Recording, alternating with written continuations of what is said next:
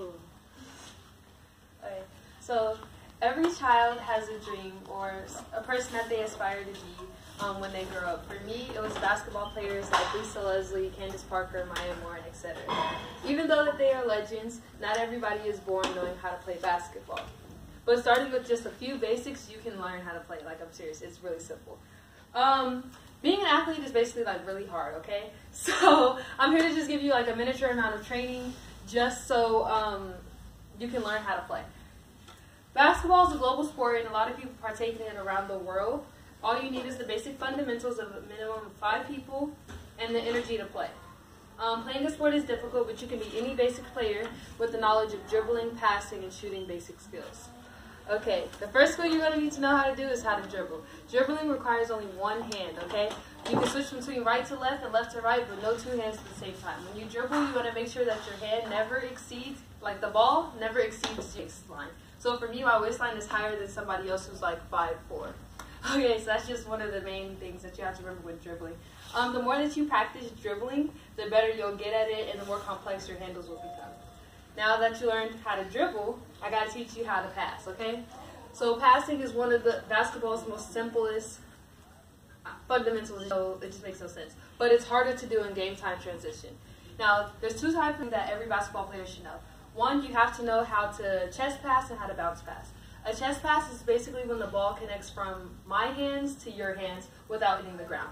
That's one thing that a chest pass cannot do. It cannot hit the ground at all, and you use your hand to guide. In order for the ball to get its maximum energy, the maximum potential energy, it has to reach all the way to you. So in order to do that, you step your most dominant leg forward and you put all your weight on it, then release the ball from your arms. That's how the ball reaches to the other player. Now, bounce passes. Bounce passes are a little bit more complex because the ball has to actually go 3/4 of the way in order to reach the player. That's what a complete bounce pass consists of. I know it sounds like a lot, but it's going to like resonate in your mind. So yeah, basically that's about it. To be honest, that's all you have to learn from passing. Now, shooting is way more complex. Shooting is when you have to try to put the ball in the net. I know it sounds really simple, but it's not, and even though the ball goes inside of the net, that does not conclude your form to be correct. Okay, so basically when you shoot, upon receiving the ball, there's this thing called the step close form. The step close is when you take your less dominant foot, so say if you're right-handed, you take your left hand and your left foot and step towards the ball. Then you take your right foot and close the ball, and then that's when you shoot. Those are the basic fundamentals of shooting. Now, your hands have different positions. Your right hand, if you're right-handed, and if you're left-handed, is your shooting hand. Now, you take that hand and you hold it just between your fingertips, okay? Then, you take your left hand or your less dominant hand and place it as the guiding ball, the guiding hand. Now, the guiding hand basically stays in the same spot no matter if you're high or low. Because if you're taller, you're going to shoot higher. If you're shorter, you're going to shoot lower. Okay, now basically after that, the last finger you want to leave is the middle finger. The middle finger causes the ball to roll backwards, which will help aim inside of the net. Now that that has occurred, there's aiming tools to help you aim better. So the backboard is on every single court. The backboard basically has a left and a right, and you want to aim for the top 2 corners. So either the left corner or the right corner.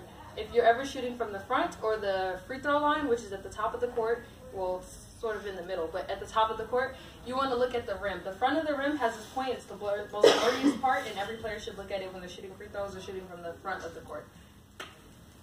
So basically, now that you have learned how to play basketball, the smallest cues matter. So like dribbling, passing, and shooting, all of those matter, and they can always be more complex as you practice more. Like Michael Jordan said in his 2002 ESPN First Take interview, not all great players look in the mirror and actually be like, oh, I'm a great player. Nobody does that. They look in the mirror and ask themselves, am I the best player I can be? So with that said, I hope I empowered and motivated you to become a better basketball player and get started on your basketball career. Thank you.